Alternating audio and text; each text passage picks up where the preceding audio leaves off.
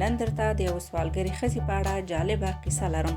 هیله ده ویډیو تر پایه وګورئ او سحر میډیا چینل سبسکرایب کړئ. دا ښځه وایي چې داسې حالت ته ورسېدو چې نږدې و د لوږې نه مړه شو، خو یو چا مشوره راکړه چې خاوند خو دې هسې هم د کار نه دی، ته خپله د کوره بهر ووځه او یو څه کار وکړه. ما هم همداسې وکړل او خاوند ته مې وویل چې ته خو هسې هم کار نه کوې، زه به یو څه کوم او ماښام به پیسې راوړم چې یو څه پې د خوراک لپاره واخلو.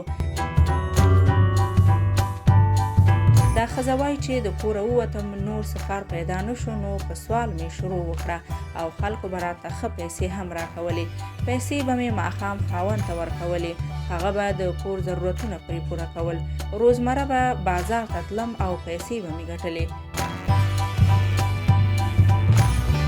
یوه ورځ یو دکان ته لاړم، د سوال لاس مې ورته ونیول، وی ویل معده نشته.